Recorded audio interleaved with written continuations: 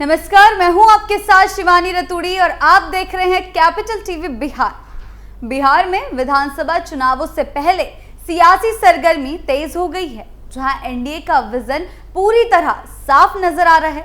नीतीश कुमार के नेतृत्व में गठबंधन ने अपनी सीटों का बंटवारा लगभग अंतिम रूप दे दिया है और चुनाव लड़ने की तैयारियां जोरों पर हैं। वहीं दूसरी ओर महागठबंधन के भीतर असमंजस और उलझन की स्थिति बनी हुई है। सीटों के बंटवारे को लेकर कोई स्पष्ट फैसला नहीं हो पाया है। नेताओं के बीच मंथन जारी है और सबसे बड़ी चुनौती नेतृत्व के चयन को लेकर है। राहुल गांधी इस मसले पर टाल मटोल करते दिख रहे हैं। ऐसे में महागठबंधन की अनिश्चितता और अंदरूनी विवाद चुनावी मैदान में उसकी राह को मुश्किल बना सकते हैं। क्या कुछ चल रहा है, आइए जानते हैं विस्तार से।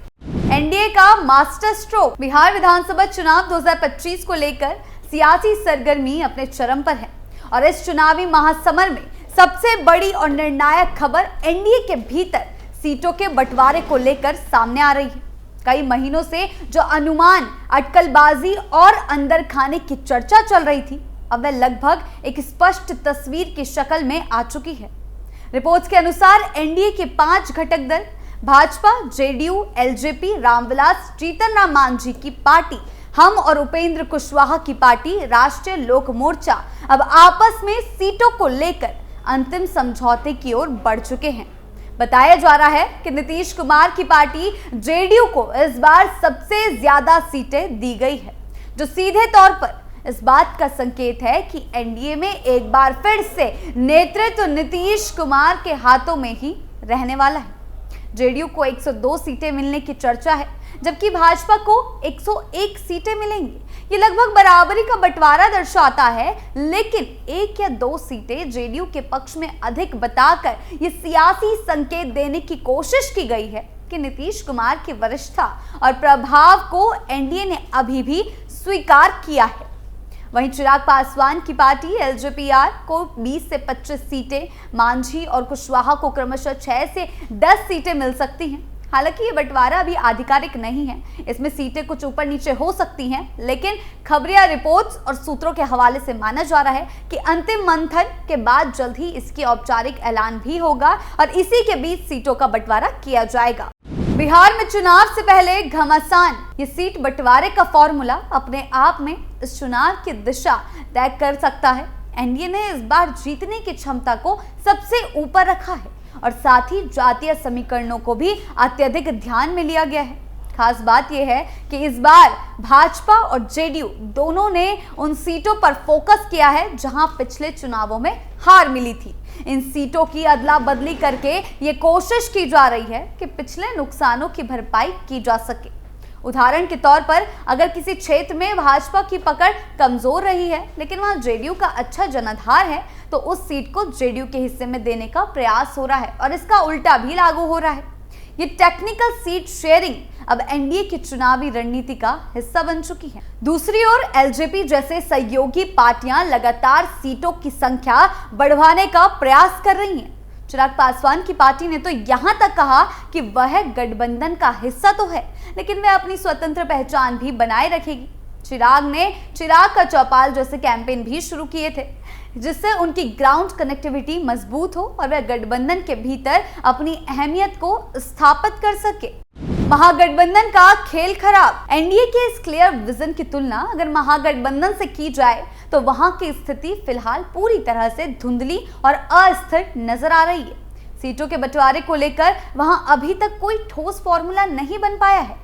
कांग्रेस, राजद, वीआईपी और वाम दलों के बीच न केवल सीटों को लेकर खींचतान जारी है, बल्कि सबसे गंभीर मसला नेतृत्व को लेकर है। जी हां, खबरें ये भी सामने आ रही हैं कि राहुल गांधी खुद नेतृत्व की जिम्मेदारी लेने को लेकर असमंजस में हैं, टालमटोल कर रहे हैं और महागठबंधन में शामिल कई नेता इस बात को लेकर नाराज हैं कि इतनी बड़ी लड़ाई में चेहरा कौन होगा, यही तय नहीं हो पा रहा है। वीआईपी के मुकेश सहनी खुलकर बोल चुके हैं कि राहुल गांधी अकेले ये फैसला नहीं करेंगे कि मुख्यमंत्री का चेहरा कौन होगा। यानी कि जब राहुल से पूछा गया था तो उन्होंने इस बात को टाल दिया था, पर इस पर मुकेश सहनी का बयान सामने आया और सभी सहयोगी दलों की राय के बिना नेतृत्व थोपा नहीं जा सकता, ऐसा सहनी का कहना है। ऐसे में महागठबंधन के भीतर अंदरूनी टकराव और असहमति लगातार गहराती जा रही है। सीटों की दावेदारी भी स्पष्ट नहीं है। राजद ज्यादा सीटें चाहती है, कांग्रेस भी 50 से ऊपर सीटें मांग रही है और वाम दलों की तो अलग ही लाइन है। ऐसे में कहना गलत नहीं होगा कि महागठबंधन एकजुट नहीं है, बल्कि विचारों और आकांक्षाओं का असंतुलित समूह बनता जा रहा है। सीएम फेस को लेकर लगातार रात बढ़ती जा रही है।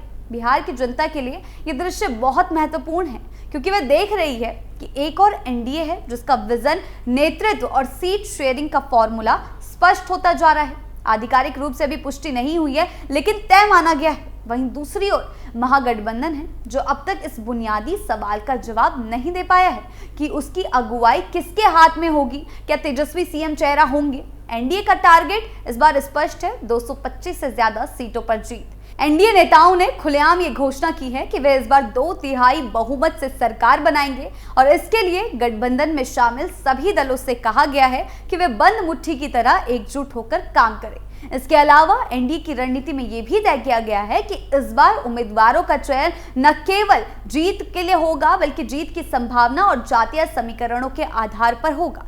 सीटों के निर्धारण में इस बार ऐसा कोई एक तरफा फैसला नहीं होगा जिससे सहयोगी दलों को लगे कि उनके साथ अन्याय हुआ है। नीतीश कुमार की भूमिका इस पूरे समीकरण में केंद्रीय में है। जी हां, सीट शेयरिंग में उन्हें अधिक सीटें देकर यह स्पष्ट कर दिया गया है कि एनडीए चुनाव नीतीश के नेतृत्व में ही लड़ने जा रहा है। आने वाले हफ्तों में जैसे जैसे उम्मीदवारों की सूची सामने आएगी, ठीक वैसे वैसे स्थिति और स्पष्ट होती जाएगी। लेकिन अभी तक जो संकेत है वे ये बताने के लिए पर्याप्त हैं कि एनडीए चुनाव को लेकर पूरी तरह तैयार है, रणनीतिक रूप से सजग है और आंतरिक तौर पर अपेक्षाकृत संतुलित स्थिति में है। दूसरी ओर महागठबंधन अब तक नेतृत्व और सीट बंटवारे जैसे बुनियादी मसलों को सुलझा नहीं पाया है। अगर यह स्थिति लंबे समय तक रही तो ये निश्चित रूप से उनके चुनावी प्रदर्शन को प्रभावित कर सकती है। बिहार की राजनीति में गठबंधनों की स्पष्टता और संगठित रणनीति का बहुत महत्व होता है और इस लिहाज से एनडीए इस समय मजबूत स्थिति में है। एनडीए के भीतर जो सामंजस्य का मॉडल सामने आया है वह विपक्ष के लिए एक चुनौती बन सकता है और है भी।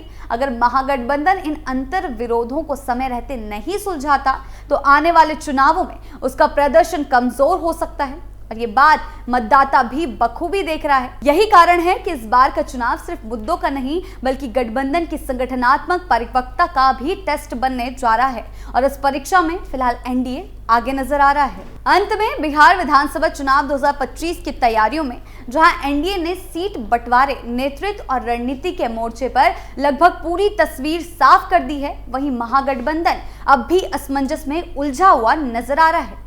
एनडीए की स्पष्टता, चाहे वह नीतीश कुमार के नेतृत्व को स्वीकार करना हो, सीटों का व्यवहारिक बंटवारा हो या सहयोगी दलों की संतुलित भागीदारी सुनिश्चित करना, उन्हें चुनावी मैदान में एक सशक्त और संगठित गठबंधन के रूप में पेश कर रही है। इसके ठीक विपरीत महागठबंधन में सीटों की संख्या, दावेदारों की प्राथमिकता और मुख्यमंत्री पद के चेहरे को लेकर मतभेद ही मतभेद नजर आ रहे हैं, जो उसकी एकजुटता पर सवाल खड़े कर रहे हैं। महागठबंधन की छवि को अनिर्णय और अंदरूनी खींचतान से कमजोर कर रहा है। चुनावी राजनीति में केवल विचारधारा नहीं, बल्कि समय पर लिए गए ठोस और सामूहिक निर्णय भी जीत की बुनियाद होते हैं और इस दौर में फिलहाल एनडीए न केवल तैयार दिख रहा है, बल्कि एक कदम आगे भी नजर आता है। अब देखना यह है कि महागठबंधन किस हद तक खुद को दुरुस्त करता है।